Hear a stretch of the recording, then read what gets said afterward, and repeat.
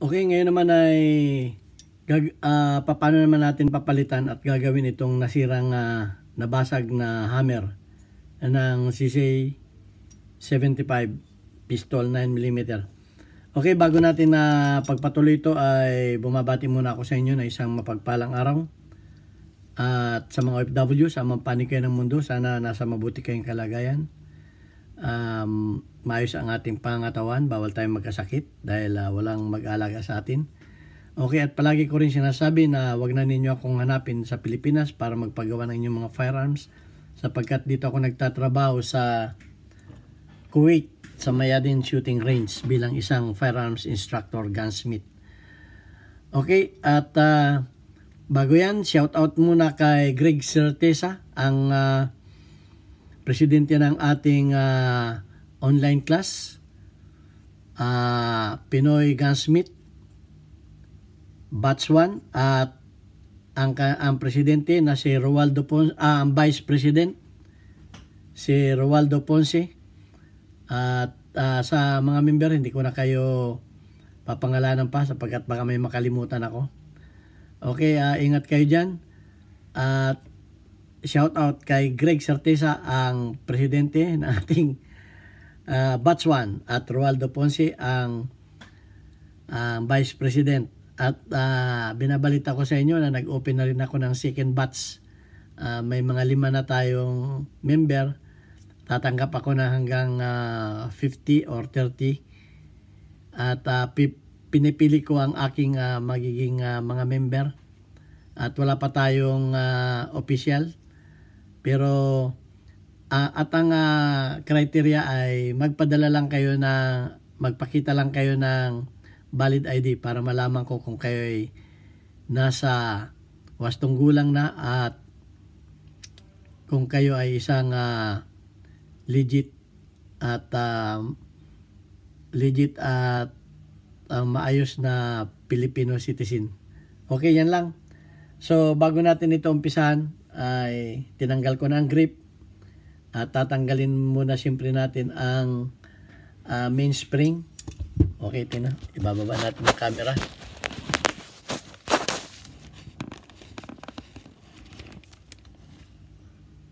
Yan. At tanggalin muna natin yung kanyang pin dito dahil meron siya ditong plate.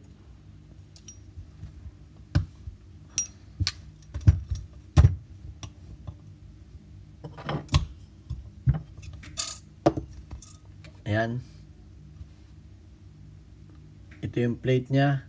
At pagtanggal ng nito, simpleng ipipress lang natin ito at para matanggal natin yung kanyang, pwede na natin siyang i-punch yung pinang kanyang Ayan.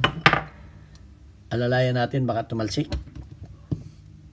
Yun. At para ito matanggal ay ito ibababa natin. Okay, natanggal na yung plate. At tatanggal na natin yung kanyang mainspring kasama yung retainer niya. Ayan. At para natin matanggal yon, babaklasin natin yung itong kanyang thumb safety. Pero bago natin matanggal yan, kinakailangan nating iangat yung spring na yon kasi yan ay nakalock dun sa kanyang pinakang pin. So natin yan, iangat natin yan, harap natin sa camera. Ito ang medyo mahirap-hirap ditong pakiusapan. Itong spring na ito napakaliit pero mahirap.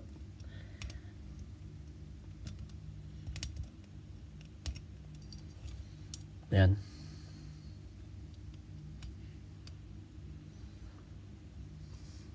Ayun, naiangat na natin.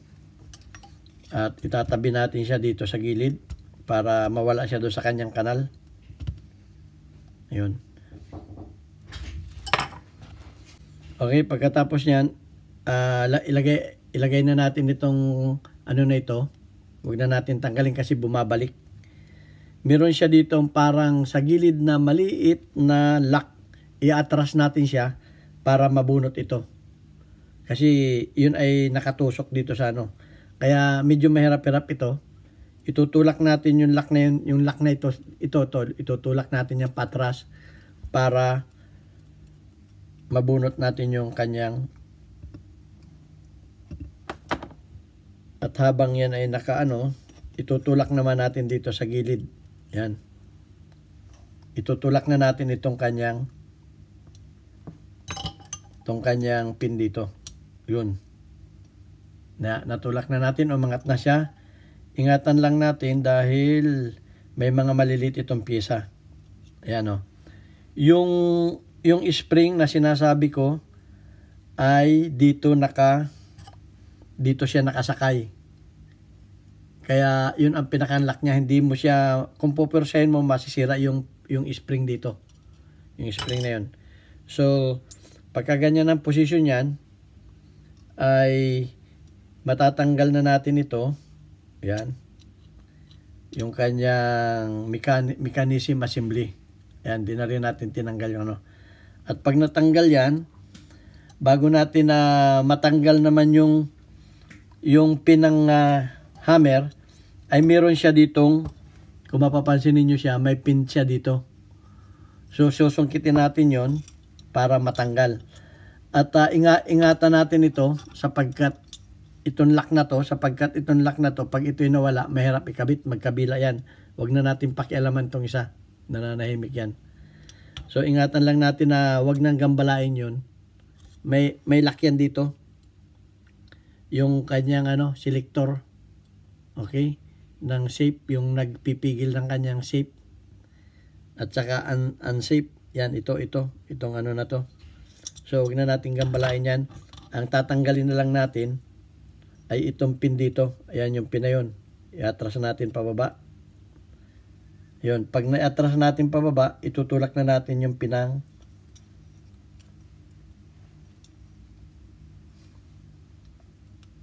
Ayun. Tuluyan na natin tanggalin para hindi na ito na yung pin. Pakaliit. Yan. Tabi na natin yan. Baka mawala pa. Saka natin ngayon itutulak itong pin patras. Ayan. Ilalabas na natin. Ayan. Pag nailabas na yan, may ilabas na natin yung kanyang hammer.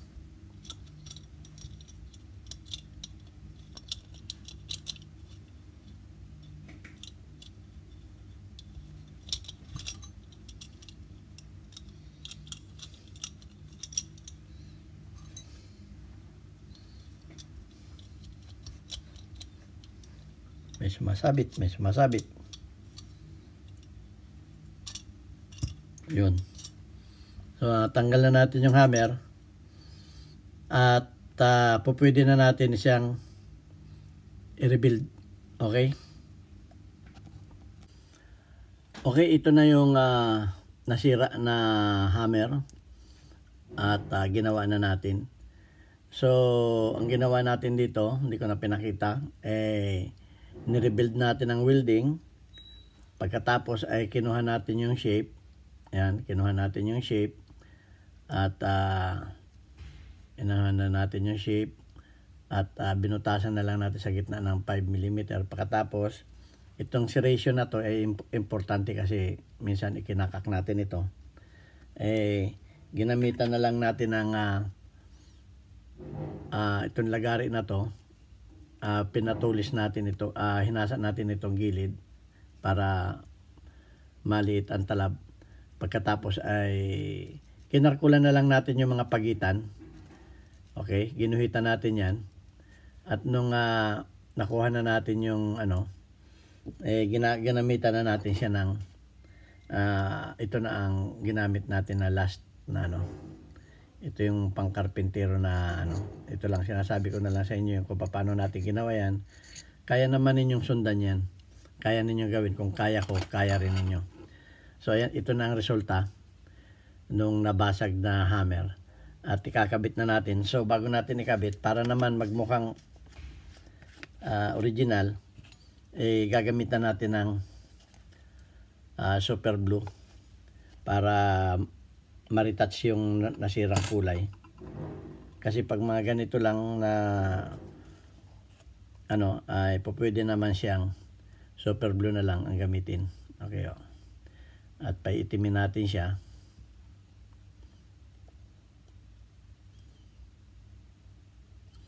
Okay, wag ninyo itong isasawsaw sa loob ng bote para hindi ma-disinfect. Kukuha kayo ng isang lagayan at doon ninyo isasawsaw. Wag yung direkta doon sa bote. Kasi mako-contaminate yung hindi siya masisira yung chemical. Ayan. Kuskusin lang ninyo ng kuskusin ang sa magpareho na yung kanyang kulay. Kuskusin lang ninyo ng cotton buds. Okay. Pag naka 1 minuto na siya, pwede ninyo siyang punasan ng basa o kaya hugasan sa rinse water, running water. Hugasan ninyo siya. Yan. Pag naka 1 minuto na siya, pwede ninyo siyang hugasan. Okay, yan.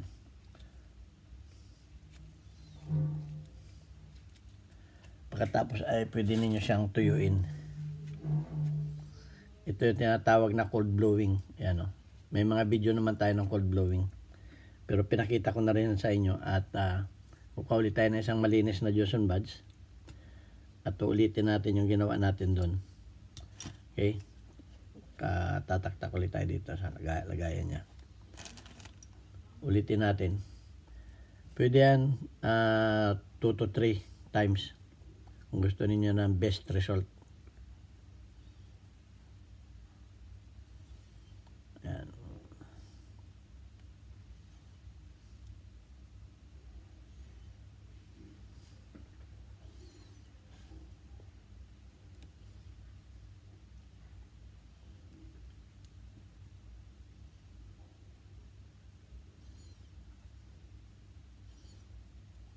Okay, hayaan muna natin siya ng mga 2 to 3 minutes bago natin hugasan.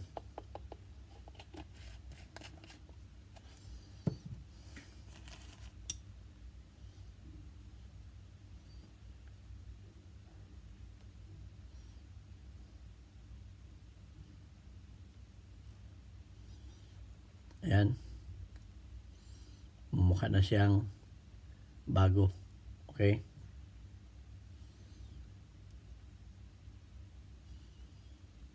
At pwede na natin siyang hugasan.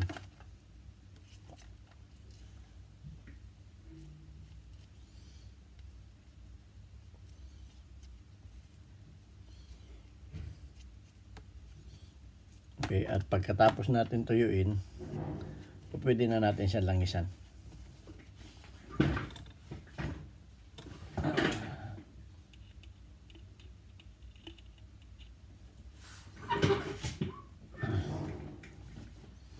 Okay, at ready na